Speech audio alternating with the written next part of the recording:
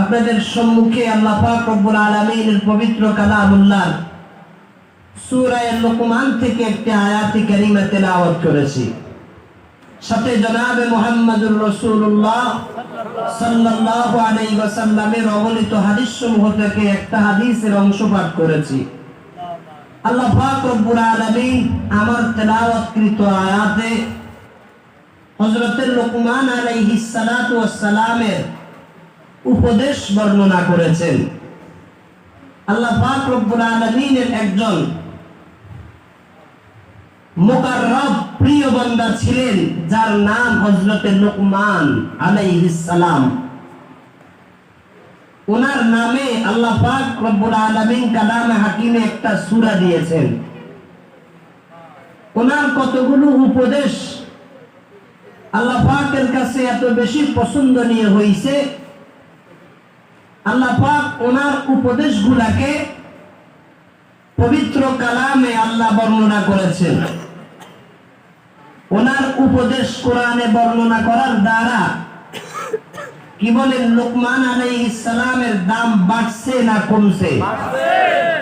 যতদিন কোরআন থাকবে ততদিন ওনার নাম কোরআনে থাকবে কি থাকবে না? ওনার উপদেশগুলা কোরআনে থাকবে কি না? তাহলে ওনার এই উঠাউঠি শুরু হয়ে গেছে।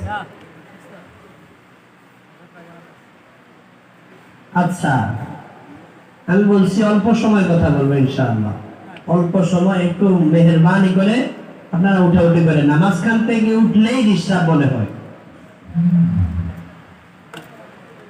আশা করি আপনাদের জন্য হয়তো কর্তৃপক্ষ কোনো নাস্তার ব্যবস্থা রাখতে পারেন। ধৈর্য ধারণ করে বসলে আশা করি সেটাও পাবেন আল্লাহর পক্ষ থেকে যদি ফয়সালা হয়। আমরা একটু ধৈর্যের পরিচয় দিয়া মাত্র একদিনের জন্য একটু বসার চেষ্টা করি। লুকমান আলাইহিস সালামের কতগুলা নসিহত আল্লাহ পাক রব্বুল আলামিন কোরআনে আনছেন। তোর মধ্য থেকে একটা নসিহত হলো, লুকমান আলাইহিস সালামের একজন সন্তান ছিলেন, সেই সন্তানটার নাম হলো মাসান। এই মাসান নামক সন্তানটি আল্লাহরে চিনত না, আল্লাহরে বুঝতো না, জানতো না, আল্লাহ পাকের ইবাদত করতো না। বাবা লুকমান আলাইহিস সালাম ছেলেটার জন্য অত্যন্ত দিলের ভিতরে ওনার পেরেশানি ছিল। আমার ছেলে আল্লাহরে বুঝে না, আল্লাহরে চিনে না, আল্লাহর ইবাদত করে না। বলেন তো, সন্তান যদি সৎ পথে না চলে, অসৎ পথে পরিচালিত হয়, এর জন্য মা বাবার দিলে ব্যথা আসে কি আসে না? আসার এই কথা হযরত লুকমান আলাইহিস সালামের দিলে ব্যথা আসছে। এজন্য তিনি সন্তানকে ডাক দিয়েছেন, ডাক দিয়া বলেন, ইল ক্বালা লুকমানু লিবনিহি। হযরত লুকমান আলাইহিস সালাম ওনার সন্তানকে ডাক দিয়া বলেন, বাবা, ইয়া বুনাইয়া, হে আমার আদরের সন্তান, হে আমার কলিজার টুকরা সন্তান, লা তুশরিক বিল্লাহ। যতদিন দুনিয়াতে বেঁচে থাকবা জীবনে কখনো আল্লাহর সাথে শিরক করিও না। কি করো না? বলেন, আল্লাহর সাথে শিরক করিও না। বলেন তো, এই নসিহতটা সাধারণ নসিহত না? এই নসিহতের মধ্যে অনেক রকমের উপকার রয়েছে। কেন আল্লাহর সাথে শিরক করবে না? কেন না? ইন্নাশ শিরকা লাযুলমুন আযীম। শিরক এটা মস্ত বড় অপরাধ, শিরক সাংঘাতিক অপরাধ। যারা শিরক করে এটা মস্ত বড় অপরাধ করলো। শিরক করার দ্বারা আল্লাহ পাক রব্বুল আলামিন ওই লোকটার উপরে নারাজ হয়ে যান। নাউযুবিল্লাহ। এর দ্বারা আমরা কি বুঝতে পারি? শিরক ভালো কাজ না খারাপ কাজ? খারাপ কাজ। আল্লাহ পাক রব্বুল আলামিন কালামে হাকিমের বিভিন্ন জায়গায় শিরকের মুজাম্মাত বর্ণনা করেছেন, শিরকের লাঞ্ছনা আল্লাহ তাআলা বর্ণনা করেছেন।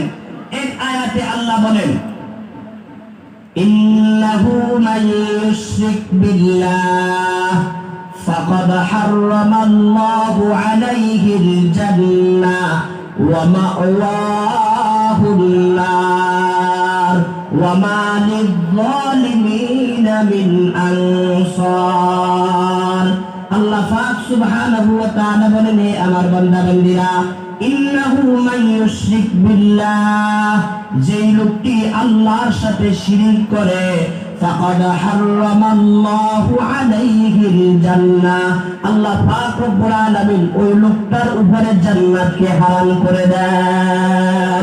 নাউযুবিল্লাহ।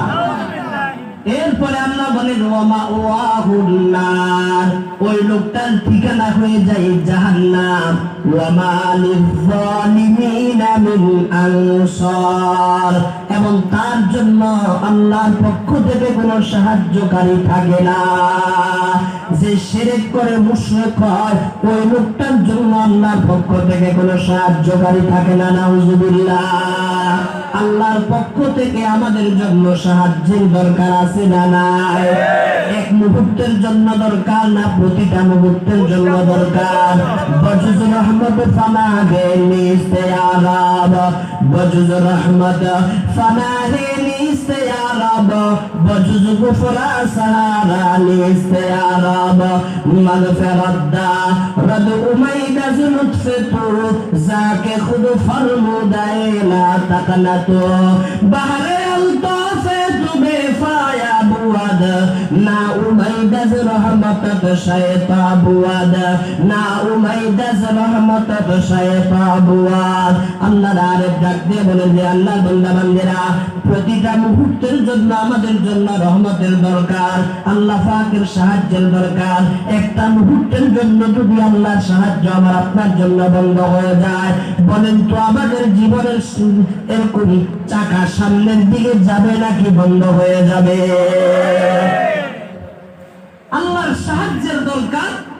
আর আল্লাহ পাক বলেন, যারা আমার সাথে শিরক করে, এই মুশরিকদের জন্য আমার পক্ষ থেকে কোনো কি নাই, সাহায্য নাই।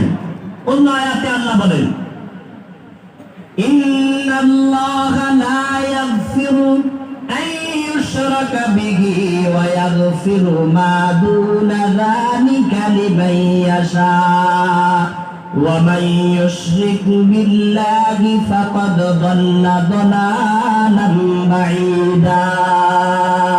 আল্লাহ পাক রব্বুল আলামিন বলেন, ও হাজীগঞ্জের মুসলমানেরা, যারা আমি রব্বুল আলামিনের সাথে শিরক করে, এই শিরককারীদেরকে আমি আল্লাহ কখনো ক্ষমা করি না।